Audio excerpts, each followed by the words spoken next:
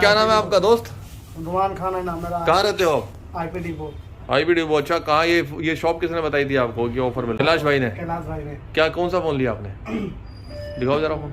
Vivo T2X है। T2X कितना है? ये रहा। और बैग के अंदर सामान घड़ी है इसके अंदर, दीवार घड़ी दिखाओ है। जरा, दिखाओ।